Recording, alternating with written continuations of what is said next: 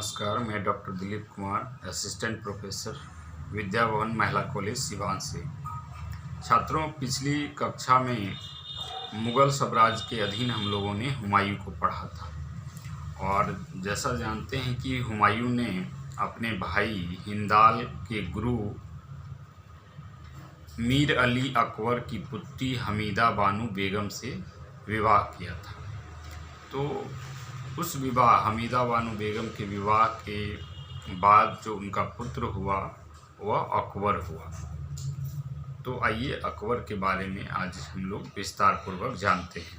अकबर का जन्म 15 अक्टूबर 1542 ईस्वी में अमरकोट के राणा वीरसाल के महल में हुआ था और उसके पिता जो जैसा पहले ही हम जान चुके हैं हुमायूं नाम था उनके पिता का और माता का नाम हमीदा बानो बेगम था।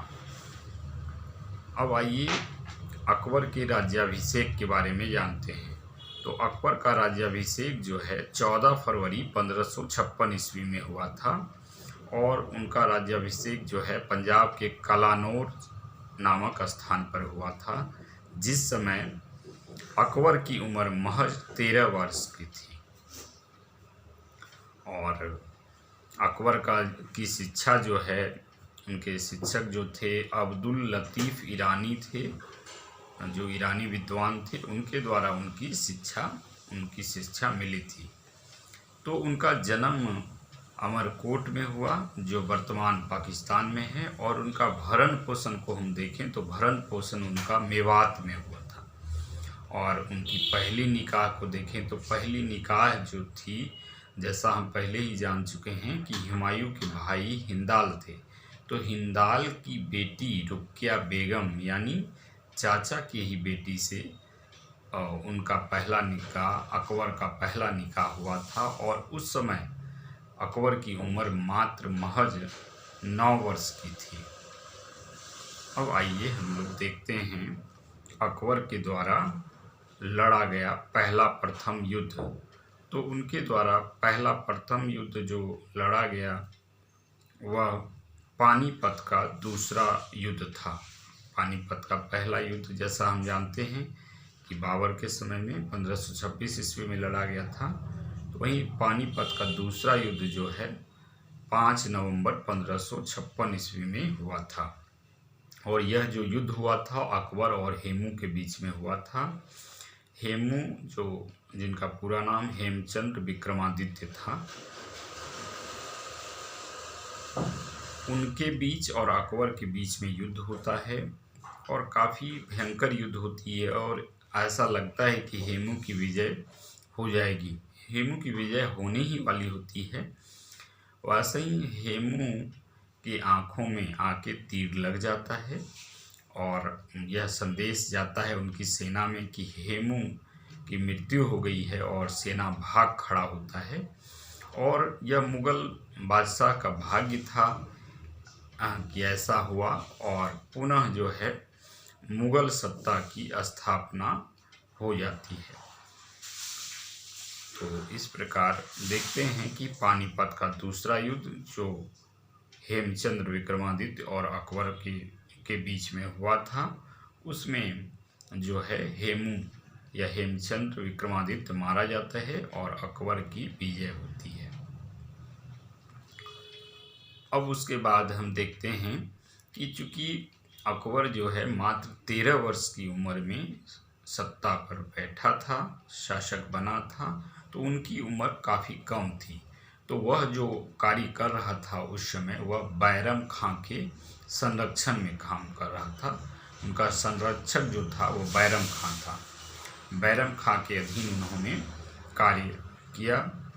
1556 ईस्वी से 1560 ईस्वी तक अकबर का वह संरक्षक रहा।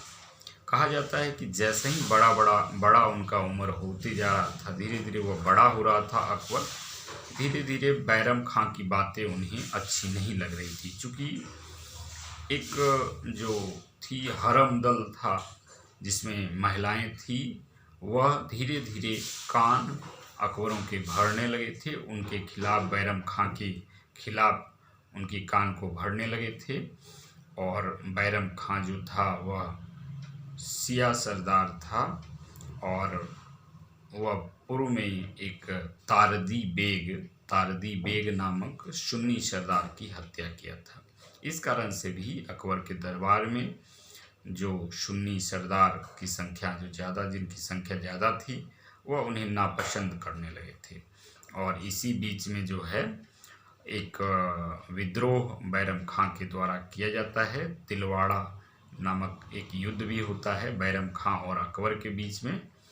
तो उस तिलवाड़ा नामक युद्ध में बैरम खां जो है परास्त कर पकड़ लिए जाते हैं, उन्हें पेश किया जाता है और बैरम खां के समक्ष 3 शर्तें रखी जाती है, जिसमें अंतिम जो शर्त था वह मक्का मदीना जाने के बारे में।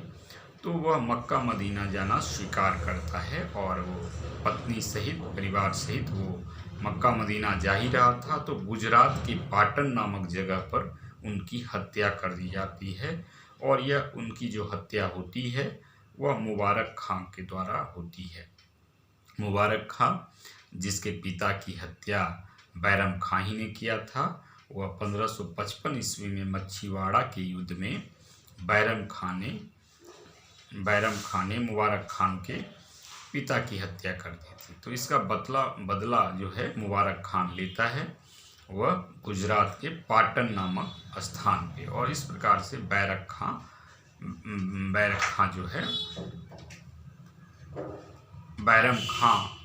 खां जो है वो मारा जाता है।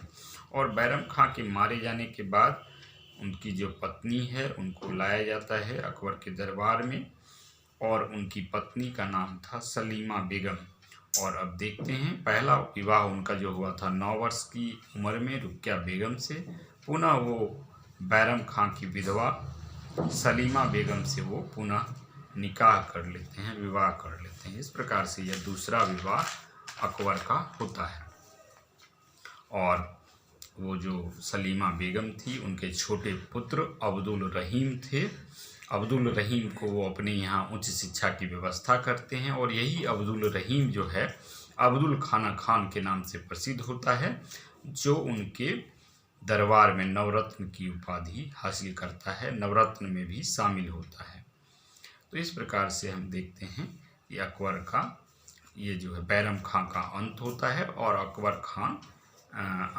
अकबर जो है का जो है बैरम खां से उनको मुक्ति मिल जाती है।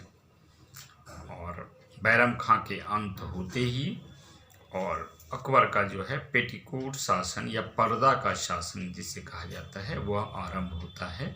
इस पेटीकोट शासन या पर्दा सीन जो शासन था उसके अंतर्गत कई महिलाएं थी, जिसमें मुख्य थी अकबर की माँ जीजा अनगा, जिनका वास्तविक नाम था माहम अनगा। और पूरी तरह से जब तक शासन अकबर ने अपने हाथों में नहीं ले लिया, माहम अनगा अथवा जीजा अनगा के हाथों में ही वास्तविक सत्ता थी अकबर की। और यह कमान जो है 1560 से 1562 ईस्वी तक रहता है। अब आइए देखते हैं दूसरा युद्ध। तो 1561 ईस्वी में मालवा के शासक बाज बहादुर के साथ उनका दूसरा युद्ध हुआ था। 1561 ईस्वी में मालवा पर आक्रमण। मालवा के आक्रमण में देखते हैं कि बाज बहादुर जो वहाँ का शासक था और उनकी पत्नी रूपवती थी, तो वहाँ पर उनका आक्रमण होता है। और यह आक्रमण जो है अकबर खुद नहीं करता है, बल्कि अपने पुत्र आधम खां, अपने ये माहम अनगा के पुत्र आधम खां को वहाँ भेजते हैं। वह भयंकर लूटपाट मचाता है, यहाँ तक कि वो वहाँ की स्त्रियों के साथ भी गलत हरकत करता है, और यहाँ तक कि रूपवती अस्तित्व की रक्षा के लिए वो अपनी जान तक दे देती है। तो इस प्रकार से देखते हैं कि 1561 ईस्वी में मालवा के युद्ध में जो है वह आधम खां जो है विजयी होता है और काफ़ी धन वह लूटता है। लेकिन जो धन वह लूटता है वो अकबर से उसे छुपा लेता है। और उनकी इस हरकत और माहम अनगा जो आधम खां की माँ थी, उन लोगों की इरादों को, उनकी बुराइयों को अकबर को जब पता चलता है, तो वह आधम खां के जगह पर अतंगा खां को अपना प्रधानमंत्री नियुक्त करता है। और अतंगा खां के प्रधानमंत्री नियुक्त करते ही आजम खां काफ़ी गुस्से में आ जाता है और वह अतंगा खां जिसको प्रधानमंत्री बनाया था अकबर ने, उसकी हत्या कर देता है। और वह अकबर की ओर ही बढ़ता है हत्या करने के लिए। वैसे ही जो हरम की महिलाएं थी, महिलाओं से जो घिरा हुआ था अकबर, और अकबर सो रहा था, वह जग जाता है और वह उनके संरक्षक जो हैं, अकबर के संरक्षक जो हैं, वह आजम खां को पकड़ लेते हैं और किले पर से ही ऊपर से ही उन्हें गिराकर फेंक दिया जाता है और पुनः दोबारा लाया जाता है ऊपर, चूँकि उनकी मृत्यु नहीं होती है। पुनः आजम खां को किले के ऊपर से दोबारा फेंका जाता है और इस प्रकार 2 बार ऊपर से फेंककर आजम खां की हत्या कर दी जाती है, उसे मार दी जाती है। अब आइए, पुनः 1561 ईस्वी में ही चुनार दुर्ग पर भी आक्रमण हुआ था। यह चुनार दुर्ग उत्तर प्रदेश में है और वह अकबर के द्वारा जीत लिया गया था। तो इस प्रकार से हमने देखा कि 1561 ईस्वी में 2 युद्ध हुए, एक मालवा का युद्ध और एक चुनार दुर्ग, और दोनों में अकबर की विजय होती है। अब आइए 1562 ईस्वी में देखते हैं। तो 1562 ईस्वी में जयपुर के राजा आमेर, जहाँ के राजा भारमल थे, उनके द्वारा वहाँ पर उस समय जो स्थिति थी इस प्रकार से थी कि लगभग सभी राजपूत जो है उनकी अधीनता स्वीकार कर लिए थे, लेकिन भारमल ने सोचने का वक्त मांगा था। उसी दौरान 1562 ईस्वी में अकबर जो है अजमेर गया हुआ था ख्वाजा मोइनुद्दीन चिश्ती के दरगाह पर, और उस समय जो है लौटते समय भारमल के द्वारा जो है अपनी पुत्री हरका बाई से विवाह का प्रस्ताव दिया जाता है।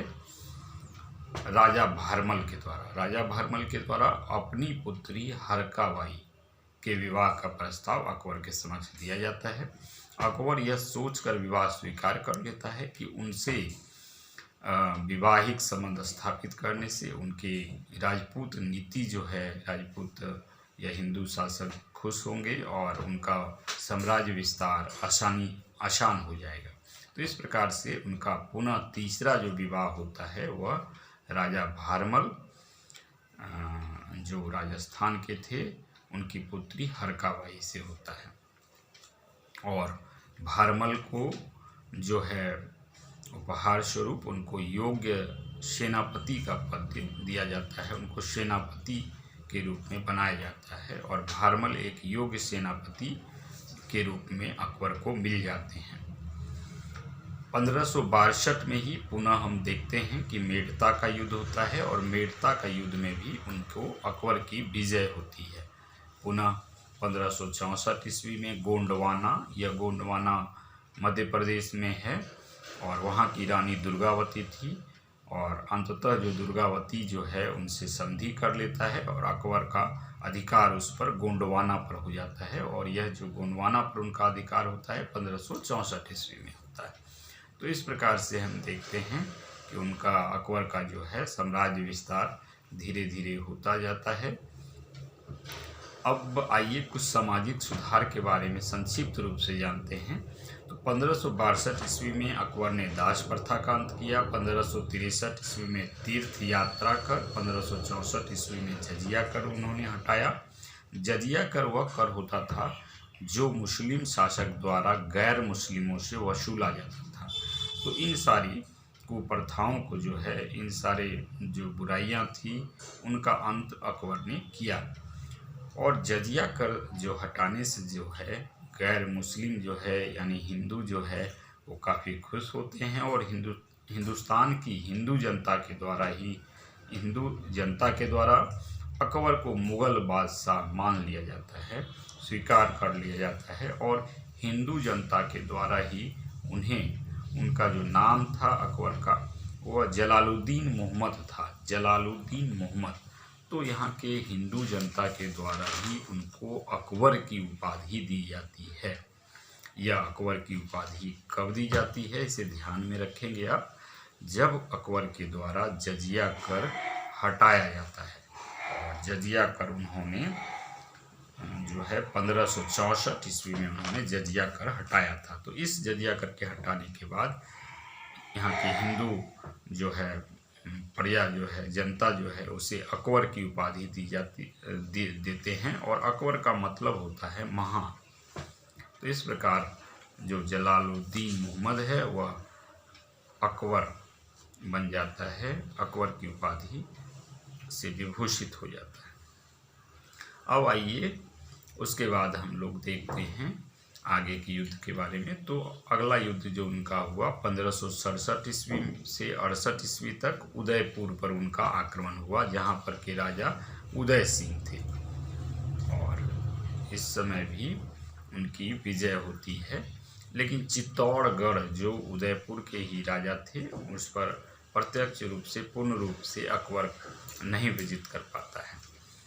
अब अगला जो महत्वपूर्ण युद्ध था वह हल्दी घाटी का युद्ध हुआ, जो इतिहास में, भारतीय इतिहास में काफ़ी प्रसिद्ध है।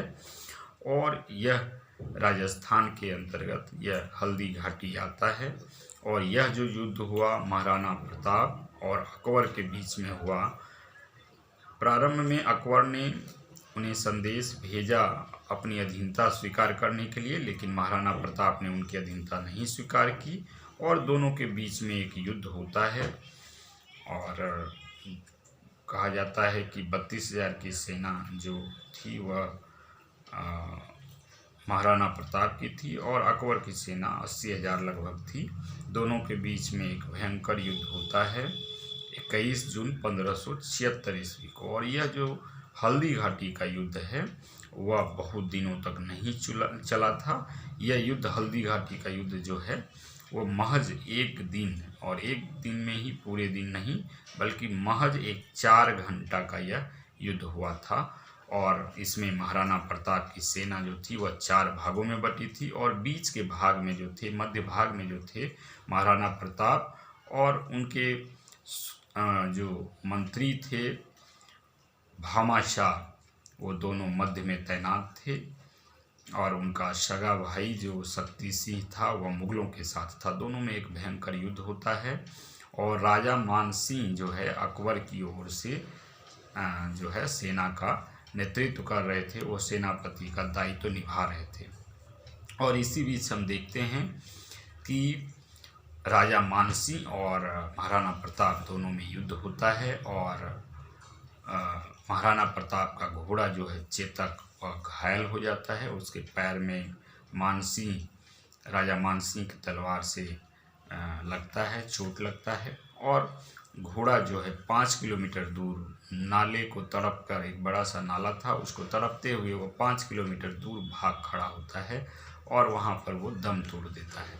तो इस प्रकार से युद्ध के बाहर जो है महाराणा प्रताप चले जाते हैं। लेकिन उसी समय उनके हमशक्ल जो थे झाला सिंह जो है उसका मुकुट वगैरह पहनकर और अपने आप को महाराणा प्रताप दिखाता है। और मुगल सेना जो है भ्रम में आ जाती है और उस पर हमला करती है महाराणा प्रताप समझकर। और इस प्रकार से बाद में वह जो है झाला सिंह भी शहीद हो जाते हैं। तो इस प्रकार जो है हल्दी घाटी युद्ध में हम देखते हैं कि अकबर की विजय होती है और इसमें जो है महाराणा प्रताप जो है वह राजसी ठाटवाट त्याग कर जंगल की ओर प्रस्थान कर जाते हैं। इसके अगले तो इस प्रकार हमने देखा आज कि किस प्रकार से अकबर 13 वर्ष की महज उम्र में मुगल शासन का सत्ता संभालता है और एक से एक युद्ध कर और अपनी नीति के द्वारा, वैवाहिक संबंध के द्वारा भी वह साम्राज्य विस्तार करता है। इसके आगे की बातें हम लोग अगली कक्षा में जानेंगे।